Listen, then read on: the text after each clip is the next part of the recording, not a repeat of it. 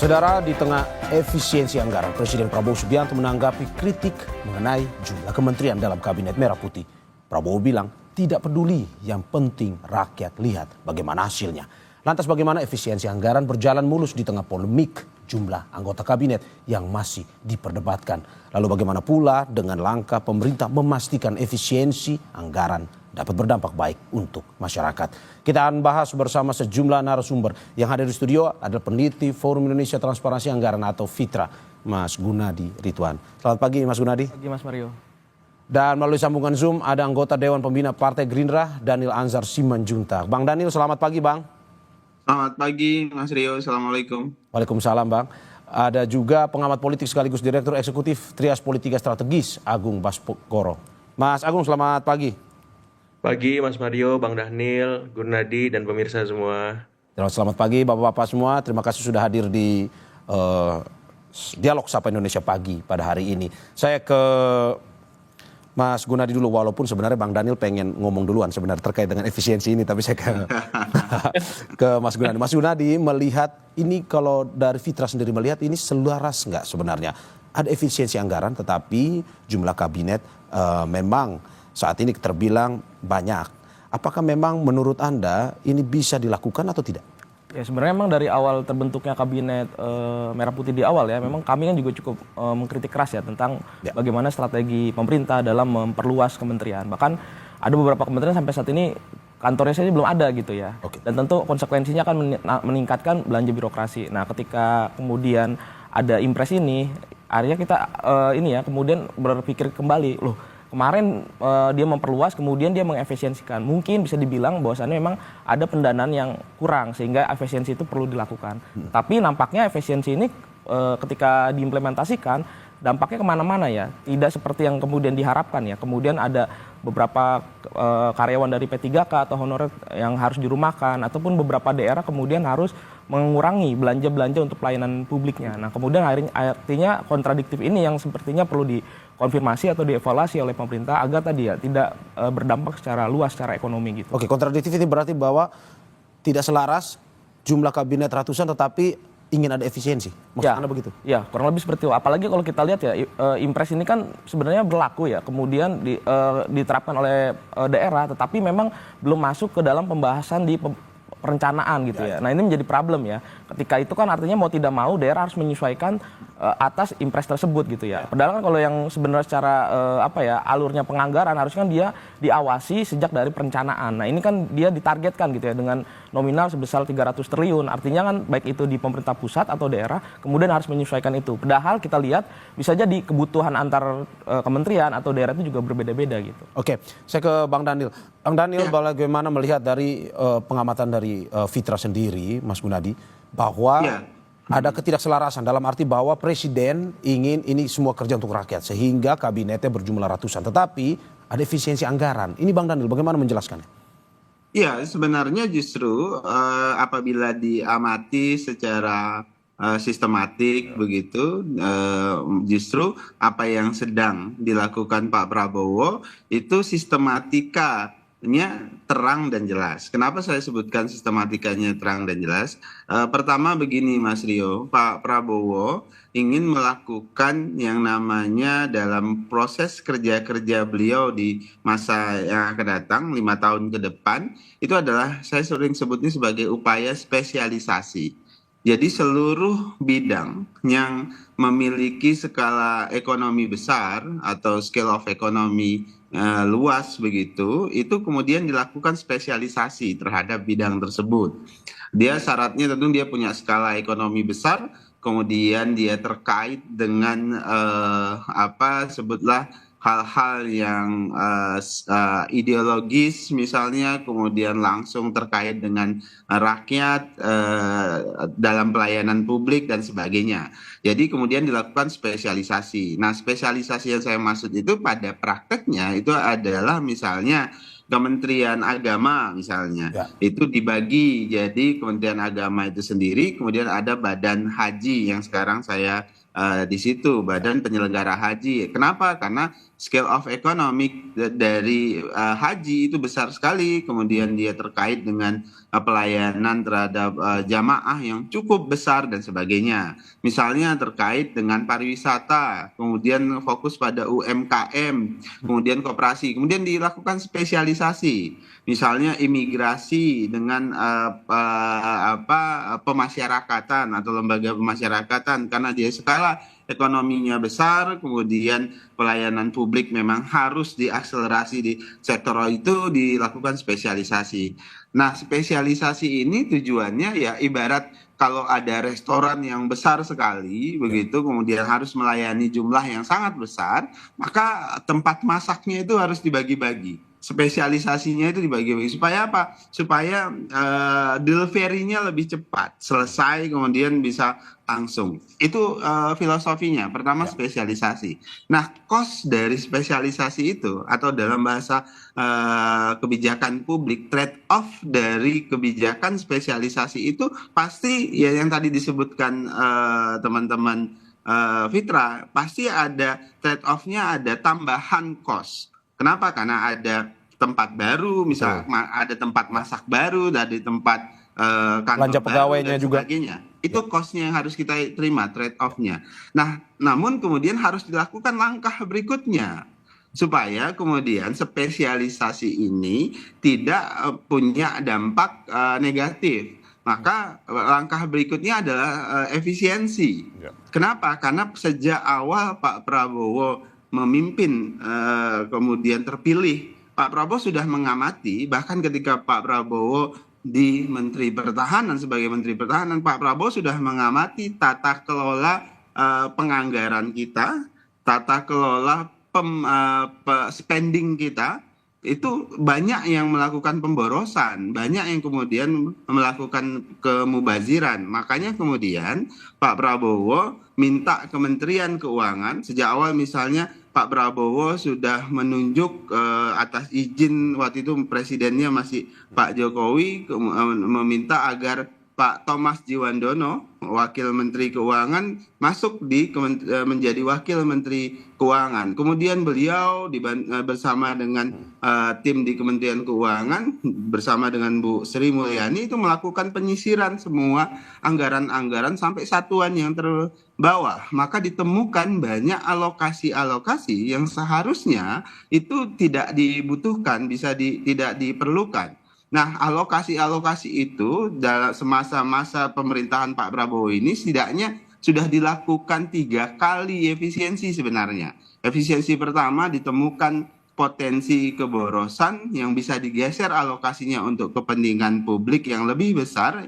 itu 306 triliun. Kemudian tahap kedua ada dividen BUMN sekitar 300 triliun lagi. Tahap ketiga juga ditemukan sekitar hampir 300 triliun lagi. Kemudian yang dividen dikembalikan 100 triliun lagi untuk pengembangan BUMN, 200-nya untuk dialokasikan program prioritas lainnya. Jadi efisiensinya itu berhasil hampir 700 triliun. Nah, itulah yang kemudian nanti dialokasikan untuk program-program prioritas dalam rangka penyediaan lapangan pekerjaan, misalnya, kemudian banyak program-program lain, pembangunan sekolah baru karena banyak sekolah-sekolah kita yang rusak, kemudian juga terkait dengan makan bergizi gratis dan sebagainya. Nah, catatannya efisiensi itu tidak ada dan tidak boleh terkait dengan pemotongan di sektor-sektor yang langsung terhadap pelayanan publik. Misalnya kesehatan, tidak boleh terkait dengan pelayanan langsung terhadap masyarakat, tidak boleh dipotong. Kalau kemudian tadi disebutkan ada PHK dan segala macam, tidak boleh itu dilakukan. Itu yang kemudian kemarin kami sebut sebagai disobedience yang dilakukan oleh, dalam tanda kutip, Pak Prabowo nyebutnya raja-raja kecil. Dan itu langsung ditindak dan diperintahkan Pak Prabowo untuk ditindak. Jadi tidak boleh ada PHK, tidak boleh ada dirumahkan dan sebagainya. Ini hal-hal seperti ini detail sekali diperhatikan oleh Pak Prabowo. Kenapa ada misalnya tiba-tiba ada yang mem-PHK segala macam? Memang sejak awal tata kelola keuangan kita ada masalah, alokasinya itu ada masalah. Inilah yang sedang diperbaiki oleh Pak Prabowo. Oke, Dan Bang, upaya tapi kalau ada perbaikan masalah, ini mendapat kritik, Pak Bolo sampaikan, Ya. saya tidak peduli. Yang Oke. jelas beliau pada saat ini mau fokus memastikan uang-uang negara itu bisa sampai langsung untuk kebutuhan rakyat banyak. Oke, Itu Bang, tapi catatan kalau ada penting. masalah atau tadi sebut Abang bilang bahwa itu ada dana yang bocor selama ini. Apakah mungkin sampai 300 T, Bang? Atau bahkan sampai programnya ini sampai 700 T? Apakah mungkin sampai segitu? Mungkin itu yang kami temukan. Ya. Itu yang ditemukan oleh Pak Prabowo. Ya. Itu yang disisir oleh Pak Prabowo melalui tim. Tahap pertama 300, tahap kedua 300, dividen dari BUMN. Kemudian tahap ketiga. Memang ada masalah dengan tata kelola keuangan kita, pemborosan kita, tata kerja birokrasi kita selama ini, dan itu yang sedang dibongkar oleh Pak Prabowo. Bahkan Pak Prabowo sebutkan beliau dapat perlawanan dari raja-raja kecil, dan ini nggak mudah memang. Setiap perbaikan, setiap upaya untuk memperbaiki pasti akan mengganggu mereka-mereka yang sudah status quo dan menikmati suasana keberantakan dalam tanda kutip dalam tata kelola keuangan kita. Itu yang sedang dilakukan oleh Pak Prabowo, Mas Rio. Oke, Bang. Oke, saya ke Mas Gunadi dulu. Mas Gunadi, melihat bahwa Bang Daniel bilang bahwa ini sudah dihitung oleh Presiden, bahwa ada 300 triliun dana kita yang bocor sehingga bisa diefisiensi dan akan dialokasikan ke program-program prioritas. Menurut Anda sampai sebegitunya 300 triliun? Ya sebenarnya sih kami juga sepakat ya bahwasannya memang perlu ada efisiensi karena memang penting ya bagi sebuah negara yang besar tentu bisa memilah gitu mana yang kemudian menjadi prioritas dan juga mana yang kemudian dianggap itu belanja yang tidak penting gitu. Bahkan kami juga di Fitra seringkali meneliti ya baik itu ketika di pemerintah pusat atau ke daerah itu banyak sekali anggaran atau belanja-belanja pemerintah itu sebenarnya cenderung kalau kita bahasa tanda kutip ya belanja ini hura-hura gitu ya. Karena tidak langsung berkaitan dengan pelayanan dasar. Misalnya kayak rapat tadi yang sudah disampaikan Bang Dani itu ya kurang lebih betul. Tetapi yang jadi masalah itu adalah tadi ya ketika pemerintah punya program populis yang cukup besar ya sebut saja salah satunya makan bergizi gratis. Oke lah gitu ya. Tetapi di sisi lain gitu tidak dibarengi dengan pendapatan negara gitu ya yang bersumber dari banyak hal ya bisa pajak, bisa PNBP dan sebagainya gitu. Nah itu sepertinya kebijakan tersebut harus dibarengi gitu dengan strategi pendanaan gitu. Nah misalnya gini, salah satu penelitian kawan kami ya di forum pajak misalnya ada teman-teman dari CIDIAS juga mengatakan bisa berani tidak gitu ya pemerintah kemudian mendorong pajak kekayaan gitu untuk meningkatkan pendapatan karena logikanya tadi ya ketika dia punya belanja besar maka dia harus punya pendapatan yang harus diimbangi gitu. Terus yang kedua adalah dampaknya gitu ya ketika itu efisiensi dilakukan di level pemerintah pusat ada juga kan yang senilai 50 triliun ya yang diefisiensikan di pemerintah daerah. Nah kemudian juga yang paling besar itu kalau tidak salah kami lihat ada di DBH ya pajak dan non pajak gitu ya khususnya berkaitan dengan sumber daya alam. Nah itu juga merugikan teman-teman daerah gitu apalagi salah satu DBH ini kan berbeda dengan skema dana transfer lainnya yang mengikuti kesanggupan keuangan negara ya tetapi ini juga berdasarkan penghasilan dari negara tersebut atas eksploitasi yang dilakukan di daerah tersebut. Nah ini kemudian kan jadi carut marut gitu makanya nampaknya kami menilai ya impres ini bagus semangatnya tetapi terkesan dalam implementasinya terburu-buru dan tidak terkoordinasi gitu ya makanya penting sekali intervensi yang dilakukan oleh pemerintah pusat itu harusnya di level perencanaan dulu gitu ya agar ketika teman-teman daerah menyusun keuangan untuk tahun yang akan diimplementasikan itu menjadi penting gitu ya karena kalau seperti ini kan jadinya ketika mereka ditarget harus menghemat sekian, ya mereka akan mencari hal-hal yang dikiranya penting untuk dihemat gitu. Walaupun di tengah keterbatasan tadi ya, alokasi dan sebagainya gitu. Oke, tadi kalau kita dengar Bang Daniel secara penjelasannya terkait dengan kabinet ini adalah sebuah restoran besar. Masuk akal bahwa memang harus membagi-bagi tugas sehingga bisa berjalan cepat. Apapun yang diinginkan oleh Presiden Prabowo, program prioritasnya bisa berjalan dengan cepat dan efektif.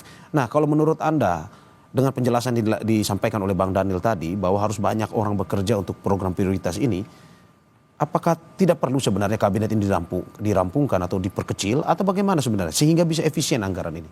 Nah, ya sebenarnya tadi ya logika yang disampaikan oleh Bang Daniel ya agar untuk mencapai output tertentu tentu ya butuh kerja besar ya.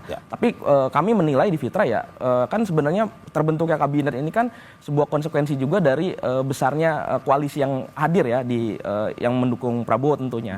Dan kami menilai ya antara tadi logika tadi dengan tanda kutip ya bahasa kami itu adalah ya ini kecenderungannya lebih ke bagi-bagi jabatan saja gitu agar kemudian ada pos-pos yang bisa diisi oleh koalisi gitu. Tetapi oke lah, itu hanya asumsi negatif gitu ya. Tetapi kalau kita lihat ya, ketika dengan sebenarnya kan Prabowo itu ketika memimpin gitu, Pak Prabowo Gibran ketika memimpin Indonesia itu kan diwarisi dengan utang dan juga kondisi global yang juga sedang bergejolak gitu ya. Harusnya kan mereka mengukur gitu ya, ketika membentuk kabinet besar tentu akan melahirkan kos yang besar gitu. Apalagi tadi ya efisiensi yang tadi dilakukan oleh pemerintah itu terkesan ya kami tidak melihat gitu ya ada sebuah upaya sebenarnya dia mengurangi gitu ya porsi dari misalnya fasilitas pejabat gitu ya. Kecenderungannya kan kayak pukul rata, tetapi ada beberapa kementerian yang tidak terkena gitu ya. Pukul rata, tetapi ada alokasi anggaran publik yang terkorbankan, tetapi di sisi lain gitu. Contohnya yang kemarin kami bahas juga soal rumah dinas DPR itu ada gitu. Artinya kan ini efisiensinya yang mana gitu. Jangan-jangan kita juga perlu mendorong transparansi tentang efisiensi ini gitu. Efisiensi ini untuk apa gitu, untuk program apa gitu. Karena nyatanya gitu ya publik luas gitu ya dalam hal ini masyarakat juga merasa justru menjadi korban gitu ya. Oke.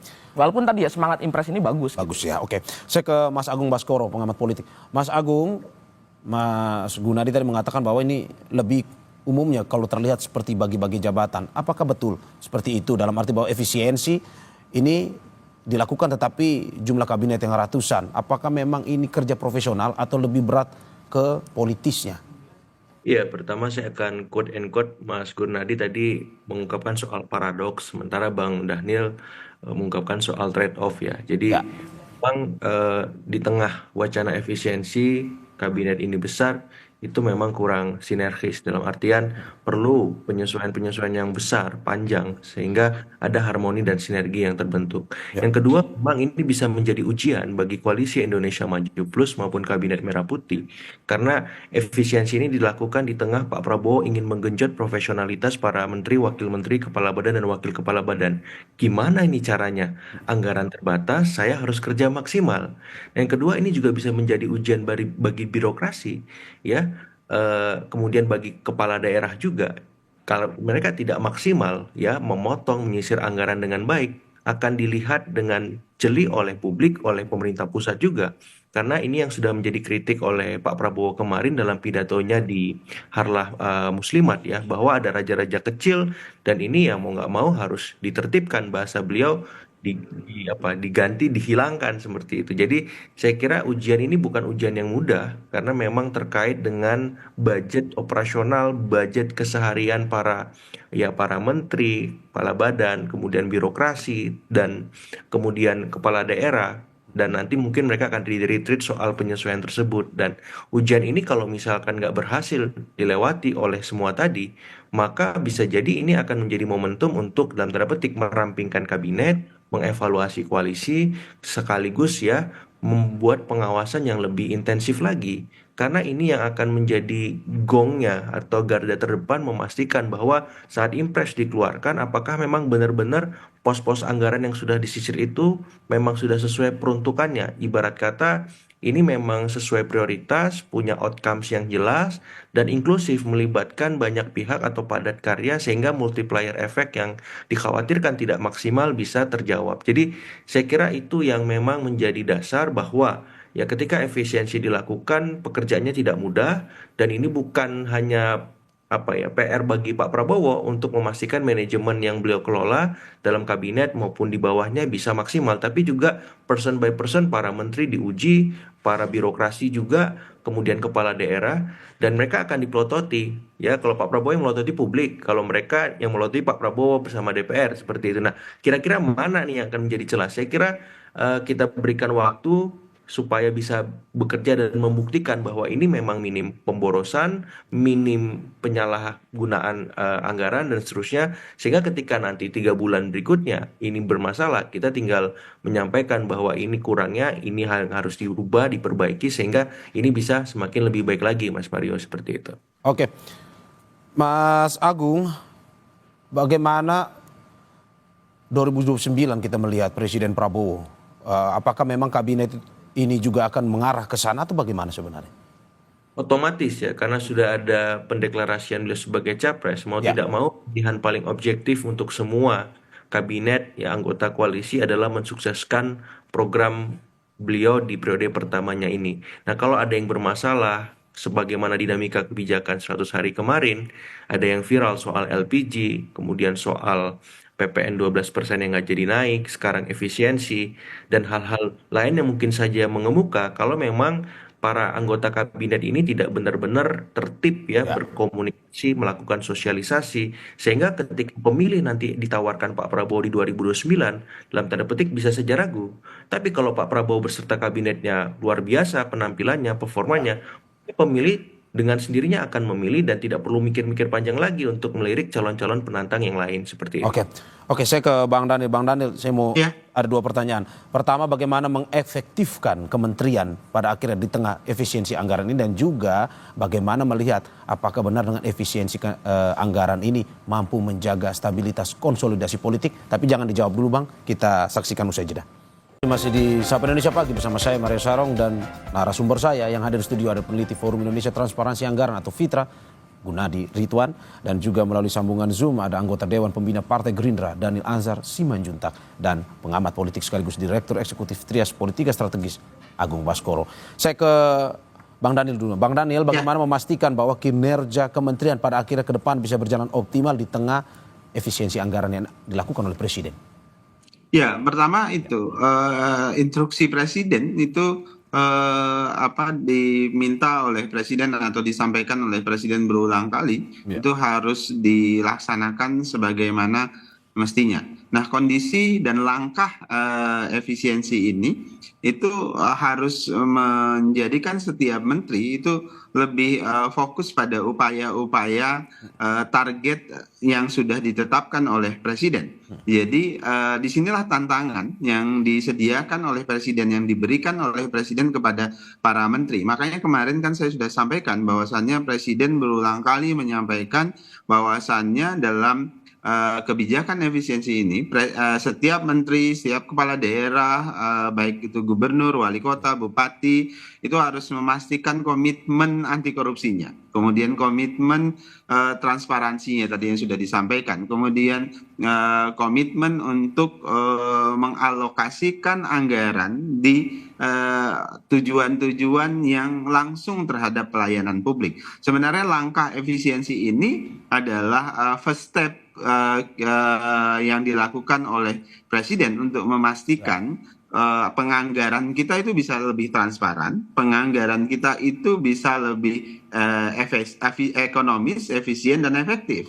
Dan dengan cara begitu, maka setiap birokrat, setiap menteri, setiap kepala daerah itu bisa fokus pada targetnya. Kemudian kedua, Mas, dalam kebijakan-kebijakan efisiensi ini juga disertai dengan kebijakan-kebijakan paket ekonomi yang banyak melalui impresi-impresi yang dikeluarkan oleh Pak Prabowo. Misalnya ya, setiap investasi kegiatan usaha yang dilakukan oleh investor di Indonesia itu presiden mengeluarkan instruksi presiden atau peraturan presiden bahwasannya tidak boleh menggunakan atau rekeningnya uang hasil kegiatan ekonomi di dalam negeri itu menggunakan rekening atau bank di luar negeri. Semuanya harus menggunakan rekening atau bank di dalam negeri supaya tidak ada capital outflow atau cash outflow yang terlalu besar. Selama ini itu jadi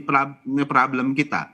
Nah, ini salah satu paket kebijakan ekonomi agar menjaga, memastikan cash outflow itu kegiatan ekonomi sudah dilakukan, mereka investasi di berkegiatan di sini, tapi kemudian bawa uangnya keluar. Itu yang tidak diinginkan oleh presiden. Kemudian misalnya untuk perlindungan pekerja, ya kalau ada terpaksa misalnya di dunia usaha ada PHK gitu, maka mereka yang di PHK itu presiden mengeluarkan instruksi presiden bahwasannya mereka masih berhak mendapat gaji 60% dari jumlah gaji mereka yang terima selama ini selama 6 bulan. Nah, paket-paket kebijakan akselerasi ekonomi seperti itu, kemudian perlindungan terhadap pekerja dan sebagainya, itu didorong semaksimal mungkin oleh presiden dalam rangka mendukung kebijakan-kebijakan efisiensi yang dilakukan.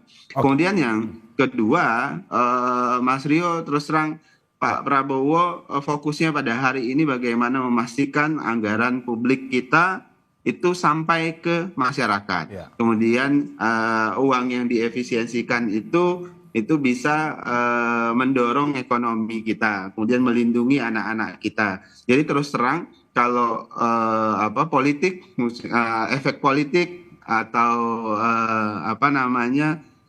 pemilu 2029 itu sangat jauh. Bahkan kemarin kan Pak Prabowo sampaikan ketika ada permintaan beliau harus maju di 2009 nanti, insya Allah beliau akan siap bila kinerja beliau 5 tahun ini itu bisa memuaskan masyarakat, semua program-program beliau bisa menghadirkan perbaikan di kehidupan masyarakat. Kalau tidak, beliau menyatakan saya malu untuk maju lagi. Kira-kira begitu.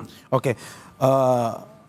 Mas Gunadi, bagaimana melihat bahwa apa yang disampaikan oleh Bang Daniel tadi, bahwa ya sudah kita akhirnya melihat bahwa ini janji presiden ke depan untuk program efisiensi ini untuk pada akhirnya kembali ke masyarakat. Kalau misalkan pada akhirnya kita sampingkan soal perampingan ini, bagaimana efisiensi yang harus dilakukan oleh presiden sebenarnya? Misalkan tidak ada memangkas jumlah kementerian ya nampaknya memang cukup berat sepertinya, walaupun bisa saja dilakukan gitu ya. Karena memang tadi ya mungkin kalau teman-teman juga mengamati ya, seringkali kalau kami melakukan wawancara misalnya ke teman-teman di kementerian gitu ya, di misalnya lagi kegiatan lain ya misalnya, itu seringkali mereka mengatakan gitu ya, anggarannya kurang gitu ya. Walaupun sebenarnya kalau kita lihat, ternyata banyak juga anggaran sebenarnya tidak perlu tapi dilakukan gitu ya. Makanya impres ini tentu disambut baik. Tetapi yang jadi masalah bagaimana di tengah tadi ya, di awalnya dengan kabinet yang cukup besar, kemudian ingin dilakukan efisiensi. Maka sebenarnya kan langkah yang paling bisa memungkinkan dilakukan adalah tadi ya, meningkatkan pendapatan negara gitu ya. Artinya agar apa tadi, efisiensi ini dibarengi dengan peningkatan pendapatan negara. Karena kan jelas ya kenapa impres ini muncul kan karena tadi ada program besar dari pemerintah pusat yang sepertinya perlu terlaksana dan perlu menggunakan alokasi yang besar gitu ya. Maka ya mau tidak mau tadi harus dibarengi dengan strategi pendanaannya gitu ya. Yang jelas jangan sampai tadi ya pemerintah berhutang atau jual aset. Ini udah parah nih kalau sampai itu dilakukan gitu ya. Maka hal yang paling penting yang perlu dilakukan itu tadi ya, selain tadi melakukan efisiensi tentu harus dibarengi dengan peningkatan penerimaan. Misal tadi di kampanye kita juga mengingat ya, Prabowo juga punya konsen terhadap kebocoran-kebocoran di sisi pendapatan. Menurut saya juga itu perlu dilakukan gitu ya, agar tadi ya hasil-hasil dari ekonomi di Indonesia itu juga bisa maksimal dan masuk ke uang negara gitu ya. Cuman tadi kalau pertanyaan Mas Wario tadi, memungkinkan tidak dilakukan ketika ada kabinet yang besar kemudian harus dilakukan perampingan. Tentu nanti akan ada korban gitu ya. Ya biasanya kan kalau di belanja pemerintah itu kan 40% itu kan belanja birokrasi, barang jasa itu sisanya ya 60%-an. Nah, artinya ketika itu dipangkas ya mau tidak mau ada belanja birokrasi yang terpangkas juga gitu. Karena kalau belanja barang jasa tentu nanti akan berdampak pada masyarakat gitu ya. Misalnya khususnya di kementerian-kementerian yang melakukan dekat dengan fungsi-fungsi pelayanan publik, misalnya kayak kementerian di fungsi pendidikan, di fungsi kesehatan atau di fungsi sosial gitu. Nah, jadi mau tidak mau memang dampak nyatanya seperti apa kalau ke masyarakat? Ya tentu ya seperti yang kita lihat tadi ya, saya pikir di teman-teman di Kompas beberapa kali saya lihat juga banyak mengulas ya tentang bagaimana di sejumlah daerah alokasi anggaran PU-nya itu berkurang, bahkan sulit dilakukan gitu ya untuk kemudian diadakan gitu ya. Ataupun juga tadi ya misalnya di belanja pendidikan misalnya, kita tahu sendiri di nasional juga dilihat ya bahwasannya di Kementerian Pendidikan itu ada pemangkasan tentang beasiswa ya untuk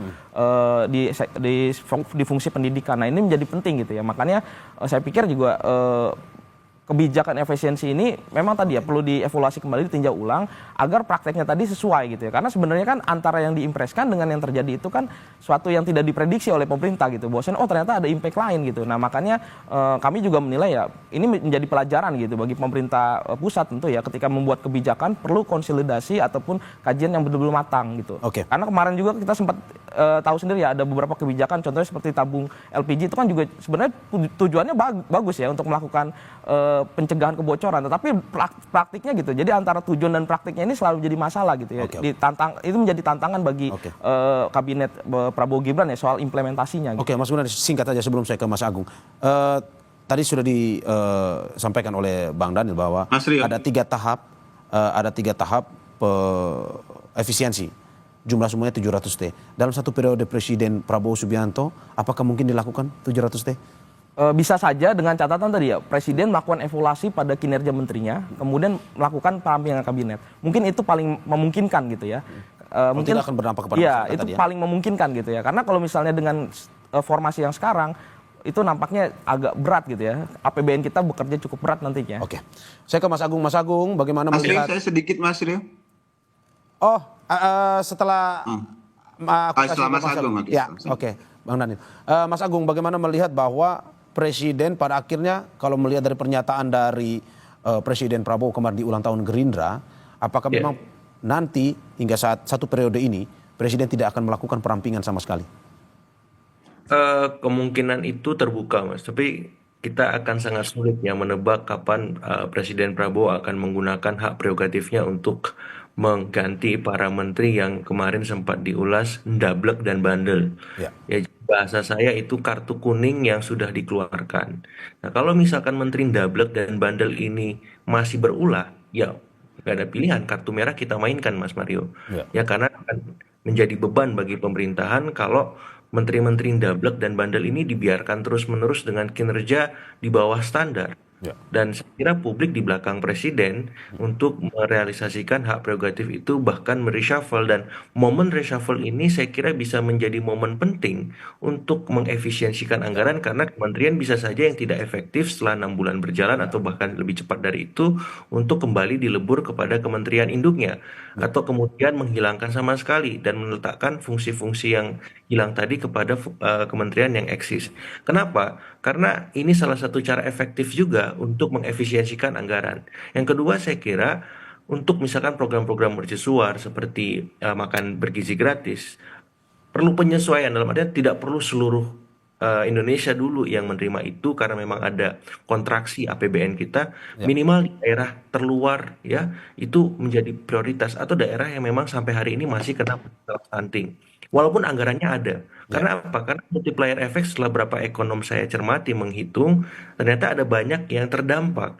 Dan kalau ini dibiarkan, bisa berkontraksi terhadap pertumbuhan ekonomi kita yang sejak awal di masa Pak Jokowi kan kokoh 5%. Saya khawatir karena banyak multiplier effect yang kurang maksimal, ini bisa turun. Nah, penurunan itu kan agak beresiko. Nah, daripada turun, mungkin program-program tadi MBG, kemudian renovasi sekolah, kemudian misalkan cek kesehatan gratis, tetap dilakukan, tapi disesuaikan jumlah target sasarannya. Supaya apa? Kontraksi terhadap APBN tidak terlalu besar, Ya. sehingga multiplier effect yang kurang minimal tadi bisa tetap dialihkan dengan kondisi anggaran yang memang sudah disesuaikan di masa sebelumnya. Kenapa? Karena ini penting agar apa? Agar tidak ada instabilitas baik dari sisi ekonomi, dari sisi politik Ya. yang terlalu signifikan. Seperti itu. Jadi perlu masa transisi, perlu masa adaptasi agar publik ya, kemudian para menteri, kepala daerah, birokrasinya itu bisa menyesuaikan pelan-pelan. Karena kan Pak Prabowo ini ngegas ya. Ya. Ya kayak Sen ini, kayak kereta cepat. Nah, Ya, saya khawatir pembantunya ini masih pakai kereta biasa, Mas Mario. Kelabakan dengan kecepatan ini 350 km per jam kan kalau bus itu. Nah, ya ini bahaya kalau gerbongnya ketinggalan kan, Ya. repot. Nah, jadi maksud saya diturunkan dikit dulu kecepatannya supaya pasukan ini bisa ngikuti ritme komandan kan. Kalau enggak repot nanti semua, seperti itu. Anda mau bilang Presiden Prabowo yang terlalu cepat atau memang pembantunya ini masih terlalu lambat sebenarnya? Itu bisa dua-duanya, Mas Mario. Makanya Oke. supaya ada harmoni dan sinkronisasi, ya dipelanin dulu sekarang. Ya kan 3 bulan ini udah lihat nih ritme Pak Prabowo kerja kan, menteri-menterinya paham, birokrasinya juga. Nah, jadi setelah ini kalau masih juga lelet, baru diganti kartu merah keluar gitu. Oke. Karena Prabowo sudah memberikan kesempatan. Ya. Ya kartu kuning dulu nih, alarm nih ya. Tapi kalau masih ndablek dan bandel, ganti. Oke, saya ke Bang Daniel. Bang Daniel, bagaimana melihat bahwa jika memang tidak ada perampingan, efisiensi tetap terjadi, takutnya akan berdampaknya kepada masyarakat. Dan juga apa yang tadi ingin Abang sampaikan. Silakan Bang.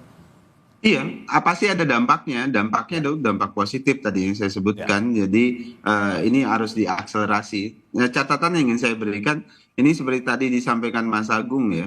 Pak Prabowo itu komandan pasukan khusus. Jadi orang yang bergabung ke beliau harus dipastikan, harus menyesuaikan kecepatan beliau dalam memimpin pasukan khusus. Jadi yang jelas saya 5 tahun, 7 tahun menjadi juru bicara beliau di semua jabatan beliau, Maka kalau tidak siap dan tidak bisa menyesuaikan diri dengan kecepatan kerja Pak Prabowo, dengan komitmen Pak Prabowo sebagai pasukan khusus tadi, maka nggak bisa masuk pasukan ini.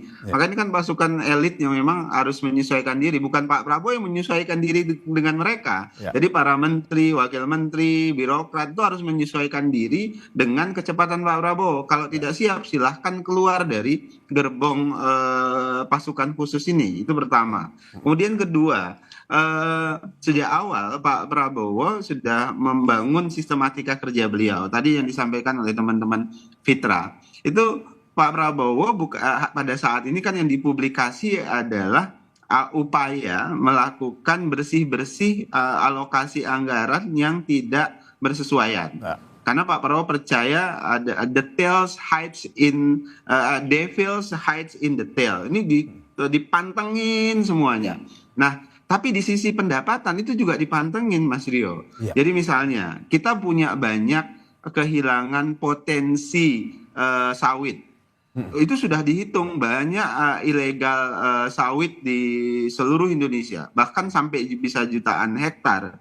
Ya, itu yang akan ditertibkan. Ada potensi ekonomi yang luar biasa hilang. Itu yang sering disebutkan Pak Prabowo potensi ekonomi yang bocor, itu hampir ratusan triliun. Nah, itu yang sedang ditertibkan. Bahkan ada tim khusus yang dipimpin oleh kejaksaan, kepolisian untuk menertibkan semua itu. Termasuk tambang, potensi ekonomi tambang. Ini semuanya bicara tentang pendapatan kita, termasuk kelautan yang hampir 200 triliunan kita bocor setiap tahunnya karena ada illegal fishing yang masif. Nah, ini semuanya sedang ditata oleh Presiden untuk memastikan ada kenaikan sisi pendapatan kita. Termasuk tadi yang saya sebutkan impres terkait dengan rekening harus semuanya di dalam negeri dan sebagainya. Itu semuanya adalah upaya mengakumulasikan pendapatan kita supaya lebih besar. Jadi berikan waktu Pak Prabowo, memang tidak mudah karena Pak Prabowo sedang melakukan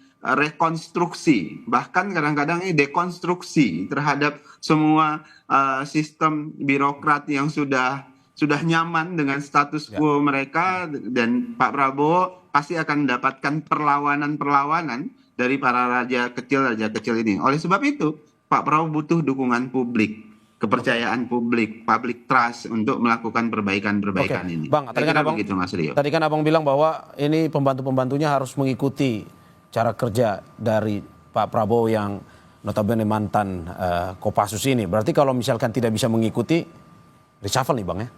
Oh, kan kemarin Pak Prabowo sebutkan kalau nggak bisa mengikuti beliau di Muslimat NU, bahkan bahasanya itu terang loh, singkirkan, kira-kira kan begitu. Itu sudah dalam bahasa yang tatarannya sudah sudah SP2, saya sebutkan sudah SP2. Kalau Agung tadi kartu kuning, asal jangan kartu pink. Oke, terima kasih Bang Daniel atas apa yang disampaikan dan juga narasumber saya. Ada Mas Gunadi Sadikin dan juga makasih. Mas Agung Baskoro. Semoga apa yang disampaikan bisa memberikan edukasi juga kepada masyarakat terkait dengan efisiensi anggaran ini. Terima kasih Bapak-Bapak atas apa yang disampaikan. Sehat-sehat selalu. Assalamualaikum. Waalaikumsalam. Mas Dikin.